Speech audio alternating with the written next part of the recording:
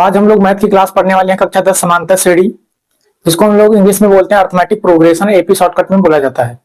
तो सभी लोग पेन और कॉपी उठा लो, तैयार हो जाओ और हम लोग आज की क्लास को आगे कंटिन्यू करते हैं। हमारा मैथ का कक्षा 10 का टॉपिक है, टॉपिक का क्या नाम है, कक्षा 10 टॉपिक का नाम आपका है एपी, जिसको इंग्लिश में पूरा बोला जाता है अर्थमेटिक प्रोग्रेशन और हिंदी में बोलते हैं समांतर श्रेणी। इसको क्या बोलते हैं, समांतर श्रेणी।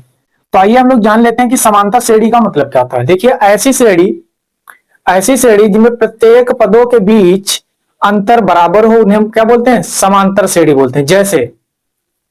जैसे मान लिया कि हमारे पास कोई अनुक्रम है, अनुक्रम का मतलब समझ रहे हैं, कई सारी गिनतियां लिखी होंगी एक सीक्वेंस में, ठीक है।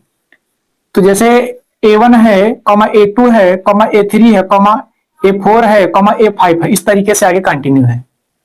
तो ये अनुक्रम समांतर श्रेणी तभी होगा जब क्या होगा कि A1 और A2 के बीच का जितना अंतर आए वही अंतर होना चाहिए A2 और A3 के बीच का, वही सेम अंतर हो A3 और A4 के बीच का, और वही सेम अंतर हो A5 और A4 के बीच का।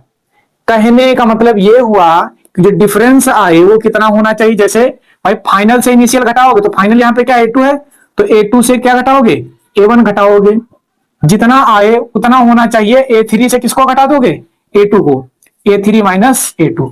फिर इसमें अब काहे को घटाओगे, A4 से A3 को, A4 माइनस A3, और उसके बाद बराबर में होना चाहिए A5 माइनस A4। मतलब हमारा कहने का मतलब यह है कि समांतर श्रेणी एक ऐसा अनुक्रम होता है जिसमें प्रत्येक पदों के बीच अंतर क्या हो, बराबर हो। अब इस अंतर को बोलते क्या है, जो डी आपका होता है इसको बोलते हैं कॉमन डिफरेंस। हिंदी में बोला जाता है सर्वांतर। क्या बोला जाता है, सर्वांतर। हिंदी में क्या बोलते हैं, सर्वांतर। इंग्लिश में बोलते हैं कॉमन डिफरेंस। इंग्लिश में क्या बोलते हैं, कॉमन डिफरेंस बोलते हैं। तो इतनी बात आप सभी को क्लियर हो गई। चलिए अब हम लोग आगे बढ़ते हैं। अब ये जो है एपी आपकी, अगर मैं बात करूं तो ये जो सीक्वेंस आपका होगा, ये जो अनुक्रम आपका होगा, ये क्या होगा, एपी होगा। मतलब एपी होगा कौन सा, A1, A2, A3, A4, A5, dash dash dash, इस तरीके से चलता रहेगा। जब ये एपी है तो अब प्रश्न आपसे ये कहता है एग्जाम में कि एपी का nवां पद ज्ञात कीजिए। मतलब आपसे कहेगा कि एक श्रेणी दे देगा और आपसे कहेगा कि इस श्रेणी का आपको 5वां पद ज्ञात करना है या 10वां पद ज्ञात करना है या 11वां पद ज्ञात करना, तो वो कैसे ज्ञात करेंगे। तो देखिए, वो ज्ञात करने का सिंपल सा फार्मूला होता है समांतर श्रेणी का nवां पद। समांतर श्रेणी का nवां पद वो क्या होता है, वो होता है a plus n minus 1 into D. क्या होता है, a plus n minus 1 into D. यहां पे a आपका क्या है, यहां पे आपका जो a है वो क्या है, प्रथम पद है। प्रथम पद कौन सा है, A1। जो a होगा वही तुम्हारा A1 होगा, उसमें कोई चेंज नहीं होगा, ठीक। ये आपका प्रथम पद है। n जो है वो n क्या है, जिस पद को आपको क्या करना है, ज्ञात करना है, वो n का मान। जैसे आपसे कहेगा 10वां पद ज्ञात करो, तो मतलब n का मान कितना रखा जाएगा, 10। अगर आपसे कहे कि 20वां पद ज्ञात करो, तो मतलब n का मान कितना रखा जाएगा, 20 रखा जाएगा। अगर आपसे कहे कि 15वां पद ज्ञात करना है एपी का, तो n का मान आपको कितना रखना है, 15 रखना है। ये बात क्लियर हो गई आप सभी को। चलिए अब आगे देखते हैं। और जो आपका डी है वो क्या है, डी आपका क्या, सर्वांतर है। क्या है, सर्वांतर है, जिसको हम लोग बोलते हैं कॉमन डिफरेंस। मतलब ये दो पदों के बीच का क्या होता है, अंतर होता है। ये बात आप सभी को क्लियर हो गई, ठीक।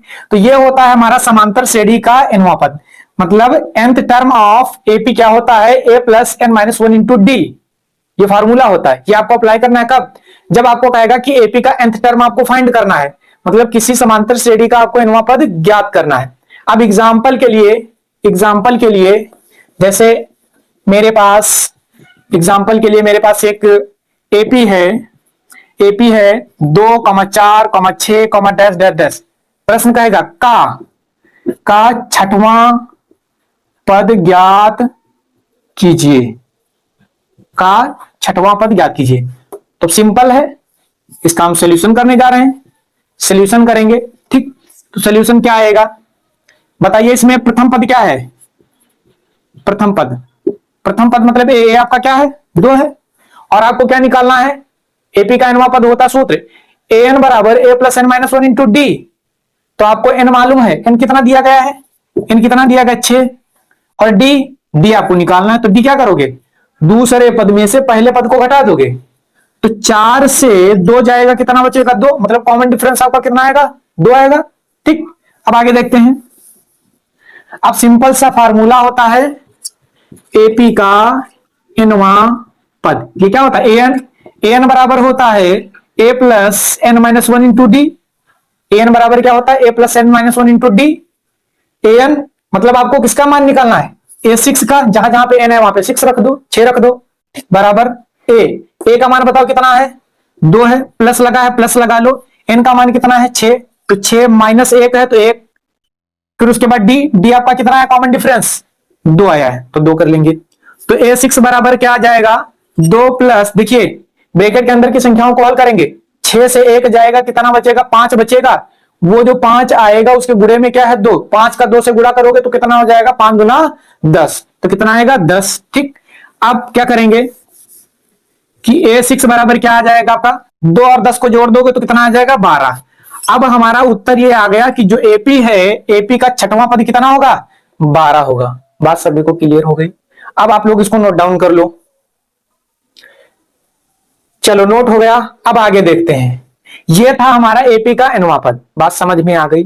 अच्छा, एक प्रश्न आपसे भी ऑब्जेक्टिव में पूछ देता है कि एक अनुक्रम दिया जाएगा और कहेगा कि एपी है या नहीं। तो देखिए एपी वो अनुक्रम तभी होगा जब उसके बीच का कॉमन डिफरेंस मतलब सर्वांतर बराबर होगा। तो A2 से A1 को घटाना, फिर A3 से A2 को घटाना, फिर A4 से A3 को घटाना, फिर A5 से A4 को घटाना। अगर सभी का अंतर बराबर आता है तो आप बोल देना कि दिया गया अनुक्रम कैसा है, एक समांतर श्रेणी है। बात समझ में आ गई। ठीक, चलिए अब आगे देखते हैं हम लोग। तो उम्मीद करता हूं कि इस तरीके के अगर आपके एग्जाम में क्वेश्चंस आते हैं तो आप अवश्य अटेम्प्ट कर लेंगे। चलिए नेक्स्ट इसका फॉर्मूला देखते हैं कि वो क्या लगता है। अगला एक फॉर्मूला आपका होता है, नोट कर लिया यहां तक, चलिए अब इसको रफ कर देते हैं। अगला फॉर्मूला आपका होता है एपी का अंतिम पद, जिसको एल बोलते हैं, एपी का अंतिम पद, last term of AP. AP का अंतिम पद क्या होता है, वो आपका होता है a plus N minus 1 into D. क्या होता है a plus 1 minus n into D, क्या होता है a plus N minus 1 into d. मतलब सेम वही होता है जो एन का फॉर्मूला होता है, बस अंतर ये होगा कि ये बोलेगा अंतिम पद, मतलब लास्ट पद आपको निकालना, सबसे आखिरी पद, उसको हम लोग क्या बोलेंगे अंतिम पद। तो आपसे अगर आपके एग्जाम में क्वेश्चन आता है तो ए का मान रखना, ठीक, और क्या आपको ये बता देगा कि इस एपी में इतने पद हैं, 4 पद हैं या 5 पद हैं, तो आपको अंतिम पद निकालना, तो एन का मान 4 रख देना। अगर 4 बोले कैलकुलेशन कर लेना, डी का मान रख के आ जाएगा वो उत्तर आपका। यहां तक क्लियर हो गया। अब इसके बाद अगला फॉर्मूला आएगा आपका, अगला फॉर्मूला एक आपका होता है अंतिम पद से इनवा पद। क्या होता है अंतिम पद से इनवा पद, मतलब आपको लास्ट से चलना है, वहां से इनवा पद याद करना है। तो उसका फार्मूला क्या होता है, वो आपका फार्मूला होता है या तो L minus N minus 1 into D. क्या होता है L minus N minus 1 into D. अंतिम पद से पूछ रहा है तो अंतिम पद होगा तो एल आएगा, अगर प्रथम पद से बोलेगा तो ए आएगा। बात समझ में आ गई यहां तक, ठीक, ये क्लियर हुआ। तो ये फार्मूला होता है, एल का मान रख दोगे, ठीक, एन का मान रखना, जौन सा पद आपको याद करना, डी का मान रख देना, आपका फाइनल उत्तर आ जाएगा। यहां तक बात आप सभी को क्लियर हो गई। नेक्स्ट एक और इसमें फार्मूला होता है, वो फार्मूला होता है आपका एपी का, मतलब समांतर श्रेणी के एन पदों का योग, summation of N terms of AP, मतलब एपी के एन पदों का योग, जिसको हम लोग बोलते हैं एस एन, बराबर क्या होता है एन बाई 2 ब्रैकेट में 2a plus N minus 1 into D. ये आपका फार्मूला होता है कहेगा एपी के एन पदों का योग। प्रश्न इस तरीके से आएगा, कहेगा आपको एक एपी दे देगा और आपसे बोलेगा कि इस एपी के प्रथम 10 पदों का योग ज्ञात करो। तो एन का मान आपको कितना रखना होगा 10, ए का मान मालूम होगा, एपी से फाइंड कर लोगे, ठीक, एन का मान 10 रखोगे, कॉमन डिफरेंस दूसरे पद से पहले पद को घटा देना, आ जाएगा, कैलकुलेशन करोगे आपका फाइनल रिजल्ट आ जाएगा। ये एक फॉर्मूला ही होता है। जरा एक बात मुझे बताओ कि अगर इस सूत्र को मैं थोड़ा सा तोड़ना चाहूं तो क्या मैं इसको इस तरीके से तोड़ सकता हूं? जरा ध्यान से देखिएगा, एस एन बराबर एन बाई टू, ये 2a है, 2a को भाई आपके पास 2 रुपए हैं तो 2 रुपए को मैं क्या करूं कि एक एक रुपए में अगर विभाजित कर दूं तो कर सकता हूं ना, फिर एक एक को जोड़ोगे फिर 2 ही रुपए हो जाएंगे। तो मैं क्या करूंगा कि 2a को तोड़ दूंगा a प्लस ए में, और बाकी ऐसे ही रहेगा, उसमें कोई भी परिवर्तन नहीं करेंगे। जरा अगर आप इसको देखो कि एपी का अंतिम पद, एपी का अंतिम पद मतलब एल, एल कितना होता है a plus N minus one into d. तो क्या मैं ये जो a plus N minus one into d है इसके स्थान पे एल नहीं रख सकता हूं? बिल्कुल रख सकता हूं, इसमें कोई संदेह नहीं है। तो एस एन बराबर आ जाएगा एन बाई टू ब्रैकेट में ए प्लस एल। तो दूसरा फॉर्मूला आपका आ जाएगा एपी के एन पदों का, जब लास्ट टर्म दिया गया होगा मतलब अंतिम पद दिया जाएगा तब आपका क्या आ जाएगा, एस एन बराबर एन बाई टू ब्रैकेट के अंदर होगा ए प्लस एल। बात समझ में आ गई आप सभी को? मतलब एपी के एन पदों के योग के दो फॉर्मूले होते हैं, एक तो होगा नॉर्मल, ठीक, नॉर्मल क्या होगा एस एन बराबर N by two bracket two A plus N minus one into D, और एक दूसरा क्या होगा जब अंतिम पद बोलेगा, जब आपको अंतिम पद दिया जाएगा तब फॉर्मूला क्या होगा एस एन बराबर एन बाई टू ब्रैकेट में ए प्लस एल होगा। ये बात समझ में आ गई? अब इसमें आधारित एक दो प्रश्न कर लेते हैं तो सूत्र हमारा और क्लियर हो जाएगा। तो यहां तक आप सभी लोग इसको नोट डाउन कर लो। कर लिया? अब आगे बढ़ते हैं हम लोग। ठीक, प्रश्न आपका दिया गया है, ये रफ कर दूं, यहां पे इसको रफ कर दे रहे हैं। ठीक, आपका एग्जाम्पल जो है वो एग्जाम्पल आपका है एपी, एपी मतलब शॉर्ट में मैं लिख रहा हूं, समांतर श्रेणी भी लिखा होता है किताबों में। ठीक, एपी 5,7,9,11,डैश के प्रथम 10 पदों का योग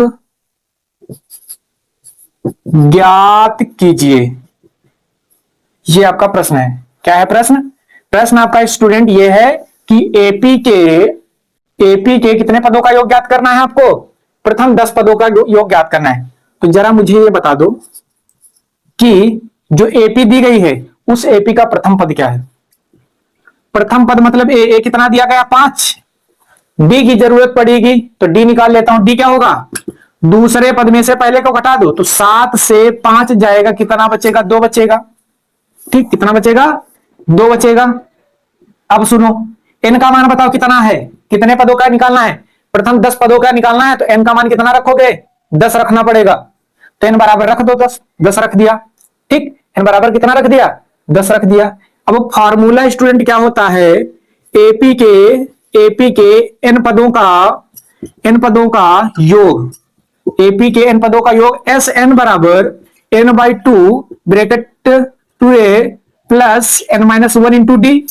यही तो फॉर्मूला होता है, जब प्रथम पद से बोलेगा शुरू से तब ये होता है। ठीक, अब क्या करेंगे, अब तो कुछ नहीं है, बस वैल्यू पुट करना है, करने के बाद जो भी आंसर आएगा फाइनल रिजल्ट होगा। देखते हैं, एस एन का मान कितना रखना, 10, तो एस 10 बराबर एन बाई टू मतलब 10/2 ब्रैकेट टू ए, 2 गुणे ए का मान कितना है 5, तो 2 गुणे 5 प्लस एन कितना है 10 माइनस 1 डी का मान कितना है 2, तो गुणे 2। ठीक, मुझे लग रहा है यहाँ पे 2 से भाग लग जाएगा तो कितना आएगा, 5 बार में कटेगा, कट गया। तो एस 10 बराबर क्या आएगा, 5 बाहर होगा ब्रैकेट के, 5 दूना 10 हो जाएगा, प्लस 10 में से 1 जाएगा, 9 बचेगा, उस 9 का गुणा 2 से करोगे तो कितना आ जाएगा, 9 दूना 18 होगा, कितना होगा, 18 होगा। ठीक, तो एस 10 बराबर कितना आ जाएगा, 5 गुणे 18, और अगर 10 को जोड़ोगे तो कितना आएगा, 28 आएगा, कितना आएगा, 28 आएगा। 28 का 5 से गुणा कर दो तो 28 पंजे कितना हो जाएगा, 8 5 40 का 0, हासिल लगा 4। ठीक, और 5 दूना 10 और 4 कितना हो जाएगा 14, तो कितना आ जाएगा 14, तो ये आ जाएगा 140। मतलब इस एपी के प्रथम 10 पदों का योग कितना आएगा, 140 आएगा।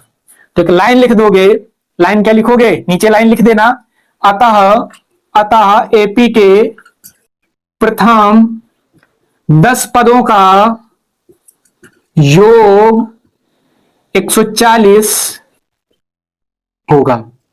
ये आ जाएगा, इसको नोट कर लो, जल्दी जल्दी फटाफट नोट कर लो। तो बात समझ में आ गई, क्लियर होगा कि किस तरीके से क्वेश्चन को सॉल्व करेंगे। किसी को प्रॉब्लम है यहां तक? चलिए अब एक देख लेते हैं कि अंतिम पद जब दिया गया हो, ठीक, एक कैसा देखते हैं जब आपका क्या दिया गया हो, अंतिम पद दिया गया, लास्ट टर्म दिया गया हो। बात समझ में आ गई? नोट कर लो इसको। चलिए अब इसको रफ करते हैं। तो आपका फाइनल रिजल्ट कितना आएगा? ऐसे S10 बराबर कितना आ जाएगा? 140। तो आपका एपी मतलब समांतर श्रेणी था, उसका मैंने क्या बताया आपको, बेसिक जो था वो मैंने कवर कर लिया है, पूरा फार्मूला बेस जितना भी था वो मैंने कवर कर लिया है। अब अगली क्लास में हम लोग क्या करेंगे कि एक्सरसाइज की प्रॉब्लम्स को सॉल्व करेंगे। जो एनसीईआरटी में आपके सवाल दिए गए उनको हम लोग क्या करेंगे, एक्सरसाइज वाइज हल करेंगे। अब उनमें देखते हैं कौन कौन सी ऐसी प्रॉब्लम्स आती हैं। तो मुझे लगता है कि ये सारी चीजें आपको सभी को क्लियर हो गई होंगी। अगर किसी को कोई चीज इसमें नहीं क्लियर है तो आप क्या करो कि कॉन्सेप्ट वाला ईडीयू पे @ पे आप मेल भी कर सकते हो, या आप क्या करो कि कमेंट बॉक्स में कमेंट छोड़ दो तो मुझे ये चीज नहीं समझ में आई तो जो नेक्स्ट वीडियो आएगा उसमें आपको इसका डाउट क्लियर कर दिया जाएगा। यहां तक बात सभी को क्लियर हो गई? तो उम्मीद करता हूं कि आप सभी को ये सारी चीजें समझ में आई होंगी। अगर आ गई हैं तो हम क्लास को यहीं पे ओवर करते हैं, मिलेंगे हम लोग अगली क्लास में। तब तक के लिए विद्यार्थियों जय हिंद, जय भारत। आप सभी का दिन शुभ हो, आप लोग अच्छे से पढ़ाई करते रहें।